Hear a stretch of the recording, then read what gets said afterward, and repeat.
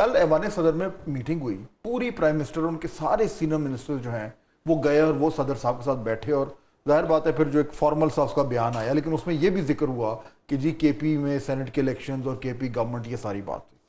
یہ جو بات چل رہی ہے کہ جی کے پی کے اندر اب کیونکہ ریزروڈ سیٹس کے بعد اب نمبرز اتنے آ گئے ہیں کہ ٹرائی کی جا سکتی ہے کہ گورنمنٹ کو گرایا جائے کے پی کی. سینٹ الیکشنز کے حوالے سے بھی یہی بات ہو رہی ہے کہ جی پی ٹی آئی کو شاید سرپرائز مل سکتی ہے.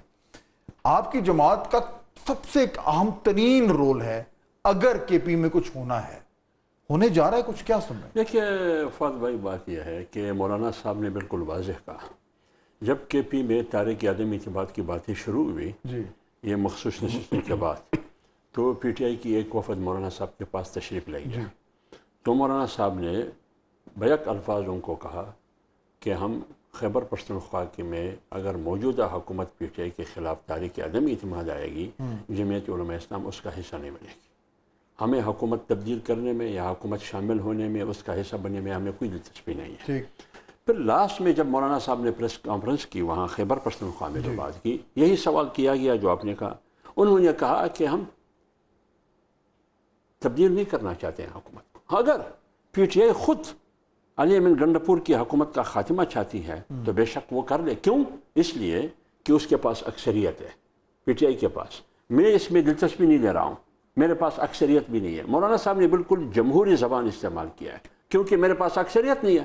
تیسری بات, ناکام تو ہے حکومت, وہاں نہ سیکورٹی ہے. آپ دیکھیے بم دھماکے, لوگ لاشیں اٹھا رہے ہیں, قبریں کھود رہے ہیں, کپن وغیرہ خرید رہے ہیں, یہی اس کے علاوہ اور کچھ بھی نہیں ہوا. وہاں لوگ کچھ نہیں مانگ رہے, وہ زندگی کی بھیک مانگ رہے. نہ وفاقی حکومت ٹس چمس ہو رہا ہے اور نہ صوبائی حکومت کی کہیں نظر آ رہی ہے. آپ نے وہ سیلاب سے جو ایک فیملی کے 18 بندے, تو اس لیے مولانا صاحب نے کہا کہ اگر with in P T I یعنی ان ہاؤس چینج اگر ہو پی ٹی آئی کا ٹھیک ہے, لیکن اگر اپوزیشن جو ہے وہ کچھ کرے گی تو اس میں آپ حصہ نہیں ڈالیں گے. جمعیت علماء اسلام کا فی الحال فیصلہ یہ ہے کہ ہم اس کا حصہ نہیں بنیں. اور آپ کی ویسے ریڈنگ کیا ہے کہ کچھ اندر وہاں پہ تبدیلی ہونے جا رہی ہے؟ میں ایک بات عرض کر لوں, ہائبرڈ نظام ہے نا, ہائبرڈ نظام میں کس کی بات چلتی ہے؟ جس کی لاٹھی اس کی بینچ. اگر انہوں نے کہا کہ آج گنڈپور نہیں رہے گی تو خدا حافظ.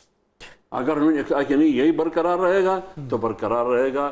وفاقی حکومت آسمان تک چڑھ جائے لیکن کچھ نہیں ہوگا. چاہے پی ٹی آئی ان پہ تنقید کرے نہ کرے, خان صاحب ان سے ناراض ہوں. دیکھیں ان کو